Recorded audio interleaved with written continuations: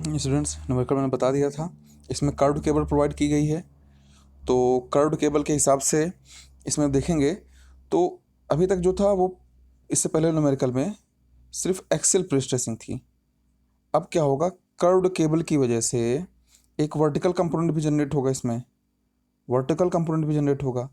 इस vertical component क्या करेगा, ये जो वर्टिकल फोर्स लग रहा है इस केबल पे, जो वर्टिकल फोर्स लग रहा है, शेयर फोर्स, ये वर्टिकल फोर्स उसको काउंटर बैलेंस कर देगा इस कर्वेचर की इफेक्ट की वजह से। और वो P अपॉन A और PE अपॉन Z जो करते हैं उसमें ये चीज़ एलिमिनेट कर देंगे, क्योंकि इसमें ये चीज़ एलिमिनेट कर देंगे क्योंकि पहले ही हमने इसको काउंटर बैलेंस कर लिया किसमें, लोड बैलेंसिंग में। ठीक है, लोड बैलेंसिंग कॉन्सेप्ट मैंने आपको पढ़ाया था, भेजा था, उसमें एक यूट्यूब का वीडियो भेजा था, उसमें लोड बैलेंसिंग कॉन्सेप्ट था। तो अब इसमें क्या होगा, इसमें क्या है कि कर्व्ड केबल है, तो vertical component of curved cable क्या होगा, P theta, P theta, P theta या P sine theta, P cos theta जो निकालते हैं, तो थीटा कहाँ से निकल के आएगा, ये थीटा निकल के आएगा slope, slope of the cable eight support, वो होता है 4E अपॉन एल। फॉर्मूला याद कर लेंगे, 4E अपॉन एल।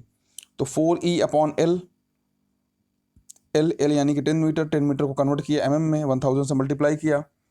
ठीक है, तो कितना आ गया, 0.04 रेडियन। अब इसको PE कर लिया हमने, PE तो ये आ गया 7.2 किलो न्यूटन। यानी कि जो शेयर फोर्स वर्टिकल डाउनवर्ड लग रहा था 25 किलो न्यूटन का, यहाँ पे देखेंगे 25 किलो न्यूटन का, उसको काउंटर बैलेंस करने के लिए एक 7.2 का शेयर वर्टिकल कंपोनेंट आ गया। तो इसको कैलकुलेट करने के बाद ये नेट शेयर फोर्स ऊपर कैलकुलेट कर रखा है, इसको माइनस कर लेंगे, माइनस करने के बाद आ गया 17.8। यानी कि जो 25 से कैलकुलेट कर रहे थे अभी तक हम, 25 की जगह V को हम लेंगे 17.8। अब वही टाउ V कैलकुलेट कर लेंगे, tau V, tau shear stress 3/2 V upon BH, 3/2 V की जगह 25 की जगह क्या कर लिया हमने, 17.8 BH कैलकुलेट कर लिया, ये आएगा 0.78। ठीक है, 1.05 आया था, ये 0.78 आ गया वर्टिकल कंपोनेंट की वजह से। अब क्या था यहाँ P upon A, PE upon Z वाला चीज़ तो हमने पहले ही उसको हमने एलिमिनेट कर दी शेयर के साथ में, लोड बैलेंसिंग में चली गई यहाँ पे पहले ही। तो अब सिर्फ यहाँ पे P अपॉन A वाला ही वैल्यू लेकर के चलेंगे, यहाँ पे P अपॉन A वाली वैल्यू लेके चलेंगे और इसी तरह से सॉल्व करेंगे। आप इसको दूसरे मेथड से सॉल्व करेंगे तो बहुत लंबा पड़ेगा, बहुत टिपिकल आएगा और आंसर में भी वेरिएशन आएगा, काफ़ी वेरिएशन आएगा। ठीक है, ये लेकर सॉल्व किया, P अपॉन A, फॉर्मूला लगाया जैसे इससे पहले सॉल्व किया था। यहाँ पे जब वैल्यू जो भी थी वो चेंज कर दिया, 0.74 यहाँ पे आ गया है ये वैल्यू, बाकी चीज़ें वही हैं।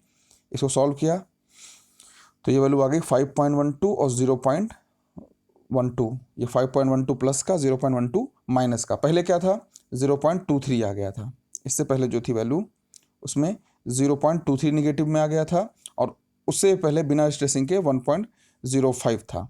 ठीक है, अब इन दोनों से कंपेयर कर देंगे इसको। पहले 0.23 से कंपेयर किया तो 48% का रिडक्शन आया और 1.05 से कंपेयर किया तो 88.5 का रिडक्शन आ गया। ठीक है, कि जो 0.23 से कंपेयर करेंगे, 0.23 माइनस इसको करके ये 48% रिडक्शन आएगा प्रिंसिपल टेंशन में। ठीक है, जब तक कर्व्ड केबल नहीं थी। कर्व्ड केबल प्रोवाइड करने के बाद बिना प्री स्ट्रेसिंग और कर्व्ड केबल को कंपेयर करेंगे तो 88% का आ गया, और बिना प्री स्ट्रेसिंग और एक्सियल केबल कंपेयर किया तो 78% आया था।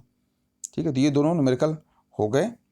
बाकी कोई से न्यूमेरिकल इसमें जो होंगे आप इसको सॉल्व कर लेंगे। बाकी कोई भी एग्जाम्पल मुझे सॉल्व कराना होगा तो मैं इसमें करा दूंगा। बाकी ज़्यादा कुछ इसमें है नहीं अभी, जो भी चीज़ें हैं आपको खुद से पढ़ लेनी है इसमें, और बहुत टिपिकल न्यूमेरिकल नहीं लेके चलने हैं, बहुत टिपिकल न्यूमेरिकल की ज़रूरत नहीं है। जो कुछ भी होगा मैं खुद या तो आपको प्रोवाइड कर दूंगा, उसमें जो पढ़ने लायक न्यूमेरिकल होंगे उसको मैं आपको दे दूंगा आपके पोस्ट असेसमेंट में, या फिर मैं खुद पढ़ा दूंगा। तो ये आपका लगभग शेयर आधा समझो हो गया, बस इतना ही था इसमें, ज़्यादा कुछ पढ़ने का था नहीं। ठीक है, तो ये एक बार इसमें हो गया है।